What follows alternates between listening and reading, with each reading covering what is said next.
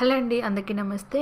రాగి సంగటిని ఎలా ప్రిపేర్ చేయాలో చూడబోతున్నాం. ఫస్ట్ అయితే ఒక కప్ రైస్ని హాఫ్ అన్ అవర్ పాటు నానబెట్టండి. హాఫ్ అన్ అవర్ తర్వాత ఒక కడాయిలోకి 6 కప్స్ వాటర్ తీసుకొని బాగా బాయిలింగ్ అవనియండి. ఇవి వాటర్ బాగా బాయిలింగ్ అయ్యేటప్పుడు మనం నానబెట్టుకున్న రైస్ని కూడా యాడ్ చేసుకొని బాగా మెత్తగా కుక్ అవ్వాలి. ఈ ప్రాసెస్ అంతా మనం హై ఫ్లేమ్లో చేయాలి.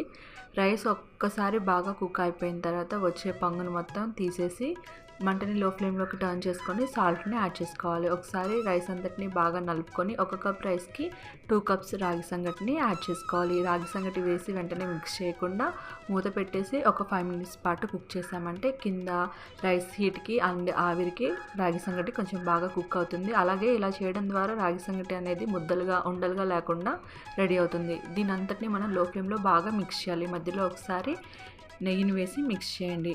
ఇలా మిక్స్ చేసుకున్న దాన్ని స్టవ్ ఆఫ్ చేసేసి మనం రాగి ముద్దలాగా చేసుకున్నామంటే రెడీ అయిపోయినట్టే.